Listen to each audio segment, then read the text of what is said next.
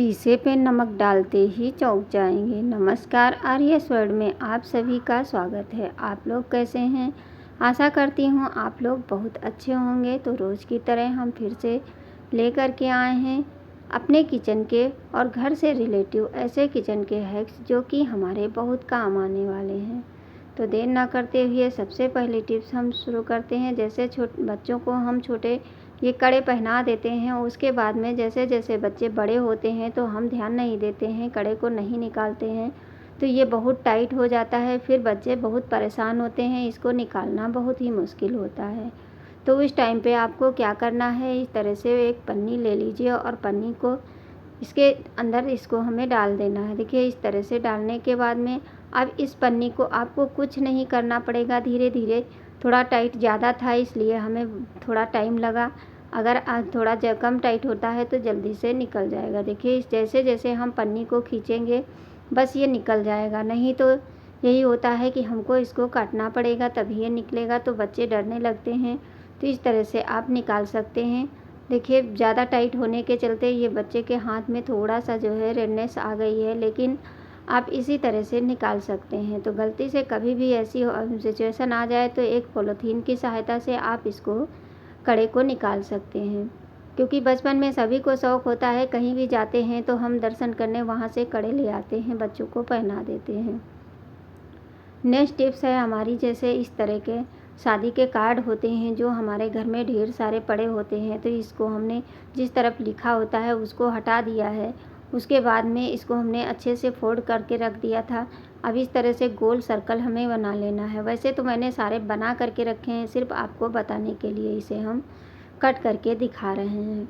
तो देखिए, इस तरह से जैसे बच्चे इस समय छुट्टियां चल रही हैं, कुछ ना कुछ क्रिएटिविटी करना चाहते हैं, तो आप भी उनके साथ में इस तरह से थोड़ा सा लग जाएंगे तो बच्चों को भी खुशी मिलती है कि मम्मी हमारी हमारे साथ में कुछ काम कर रही हैं। तो देखिए, इस तरह से इसको गोल राउंड में कट कर लेना कोई भी ढक्कन से, और फिर इसको बीचों बीच सेंटर में इस तरह से फोल्ड करके इसके 2 भाग बना लेने हैं। इसी तरह सारे कलर के हम काट के रख लेंगे। तो थोड़े हमने वाइट कलर के जो है काट के रखे हैं और थोड़े ब्लू कलर के हैं। ये तो हमने जो वाइट और ब्लू है ये हम कार्डबोर्ड मंगाए थे, मतलब वो जो होता है बच्चे जिसको यूज करते हैं वो वाला है, नहीं तो कॉपी के पेज भी ले सकते हैं। अब इस तरह से इसका शेप दे करके इसको ग्लू से हमें चिपका लेना है। सारे इसी तरह से चिपका लीजिए। उसके बाद में कुछ नहीं करना है, सुई धागे में धागा डाल करके बस एक एक के बीच में इस तरह से सुई नीचे से निकालते हुए नीचे एक एक मोती डाल दीजिए और बस इसको निकालते हुए चले जाइए। एक लड़ी की तरह बना करके तैयार कर लीजिए। तो देखिए, मैंने इतना सारा बना करके तैयार कर लिया है और धागा मजबूत वाला ले लीजिए।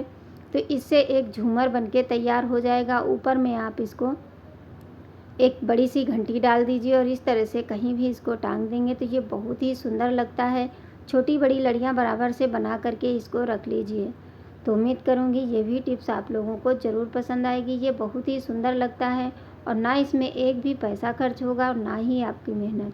तो बढ़ते हैं अपनी अगली टिप्स। जैसे आम का सीज़न चल रहा है, आम खाना सभी को पसंद होता है, लेकिन कभी कभी बच्चे कहते हैं हमें ऐसे नहीं ऐसे खाना है, ऐसे खाना। तो इस तरह से आप देखिए 2 पीस इसके बड़े बड़े कट कर लीजिए। सबसे पहले तो हम दोनों को कट कर लेंगे, फिर छोटे छोटे कट लगा दीजिए इस तरह से, तो आपको छीलना नहीं पड़ेगा बैठ करके और फटाफट से आपका काम हो जाता है। अब इसको चाकू से सहायता से देखिए पीस के पीस इस तरह से निकाल लीजिए। बहुत ही आसानी से निकल जाते हैं, सारे के सारे पीस इसी तरह से निकाल लीजिए। तो जब भी बच्चों का मन हो तो इस तरह से काट करके दे सकते हैं और आम हमारा बिल्कुल अच्छे से कट जाता है। तो देखिए, पूरा आम हम इसी तरह से काट करके हटा देंगे।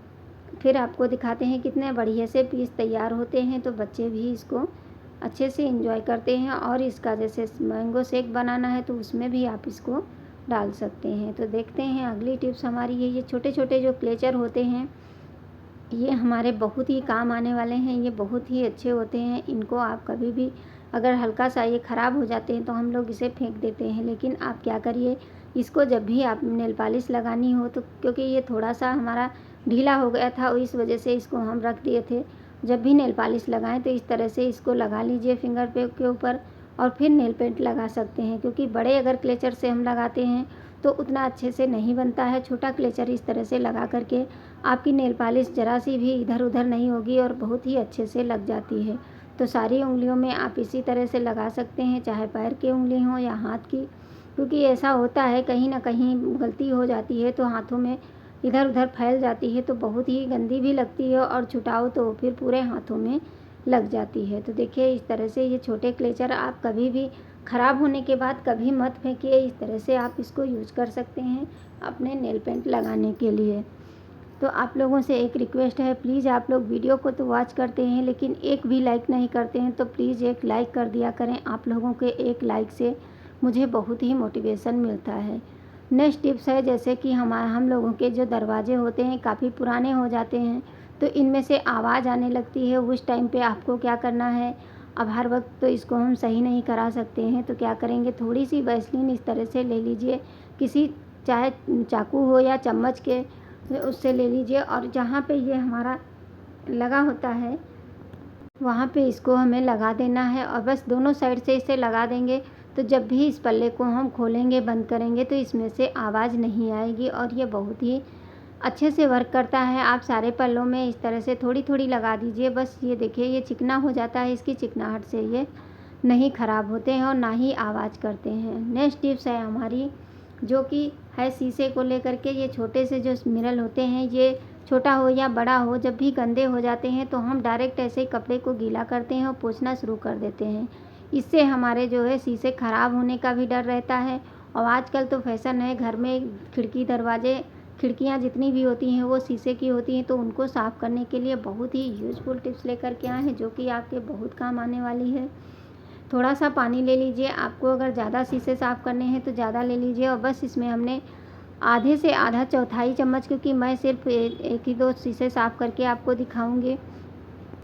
अब नमक को अच्छे से हमें मिला देना है, और इसको सूती कपड़ा लीजिए। तो जैसे ये हमारी जो सैंडो बनियान होती है, इसका बहुत ही सॉफ्ट मुलायम कपड़ा होता है, तो इसको हम इस तरह से इसमें डिप करेंगे और इसको सारा पानी अच्छे से निचोड़ देना है। बिल्कुल भी इसमें पानी नहीं होना चाहिए। इस तरह से निचोड़ने के बाद में आप इसको क्या करिए, इसी गीले कपड़े से हमें शीशे को साफ़ करना है। तो देखिए आपके सामने है कितना ज़्यादा गंदा है, और जैसे ही इसको लगाएंगे तो ये बहुत ही जल्दी से क्लीन हो जाता है। पूरा शीशा आप इससे साफ़ कर सकते हैं। तो ये छोटी सी टिप्स है लेकिन ये बहुत ही, उसके बाद में आप सूखे कपड़े से इसे इस तरह से साफ़ कर दीजिए। तो देखिए ये वही शीशा है जो अभी आपको दिख रहा था, कितना गंदा था, मतलब ज़रा सा लगाते ही शीशा हमारा एकदम चमक गया है।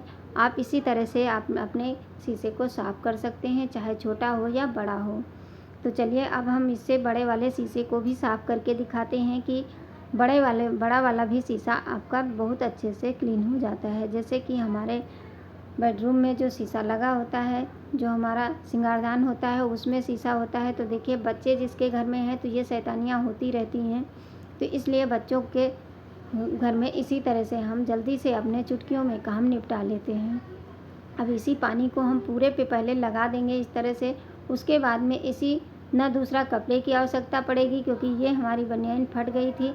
अब देखिए कितने अच्छे से साफ़ हो गया है। अगर वीडियो थोड़ी सी भी अच्छी लगी है तो प्लीज़ लाइक शेयर सब्सक्राइब ज़रूर करें, और मैं इसी तरह की टिप्स लेकर के फिर से